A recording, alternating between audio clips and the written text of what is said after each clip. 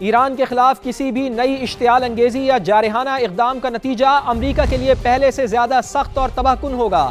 ایرانی مسلح افواج کے سینئر ترجمان جنرل شکارچی کا امریکی صدر کے بیان پر رد عمل، کہا ایران پر مسلط کردہ جنگ میں امریکہ کو ناکامی کا سامنا کرنا پڑا۔ امریکہ نے دوبارہ کوئی حماقت کی تو واشنگٹن کو مزید درد برداشت کرنا پڑے گا۔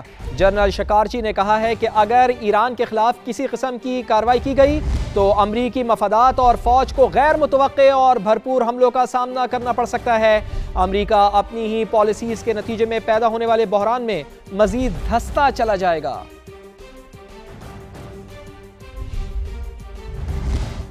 امریکہ نے دہشت گردی کے خلاف کوششوں میں پاکستان کو اہم کلیدی شراکت دار قرار دے دیا ہے۔ امریکی سینٹ کام کے سربراہ ایڈمرل بریٹ کوپر نے امریکی سینٹ کو بریفنگ میں بتایا ہے کہ پاکستان انسداد دہشت گردی کا قابل اعتماد شراکت دار ہے۔ اسلام آباد کے ساتھ مضبوط شراکت داری سے دہشت گردوں کے خلاف ٹھوس نتائج ملے ہیں۔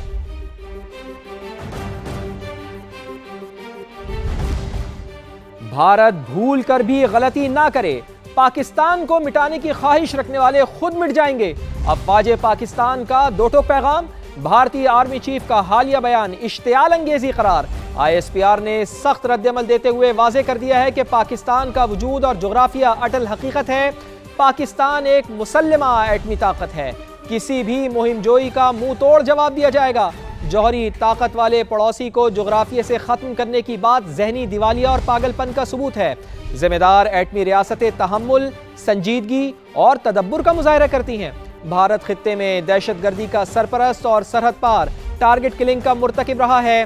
بھارتی قیادت خطے کو جنگ کی طرف دھکیلنے سے باز رہے، ورنہ نتائج تباہ کن ہوں گے۔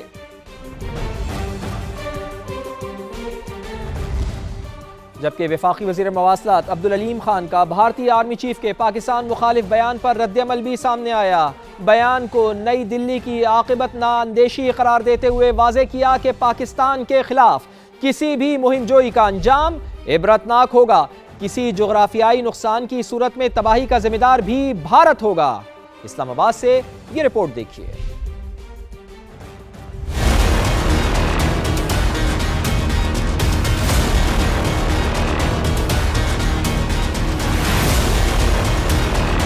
بھارتی آرمی چیف کی پاکستان کے خلاف ہرزہ سرائی، وفاقی وزیر مواصلات عبدالعلیم خان نے مودی سرکار کو آئینہ دکھا دیا۔ کہا بھارتی آرمی چیف کا بیان نئی دہلی کی عاقبت نااندیشی کا ثبوت ہے۔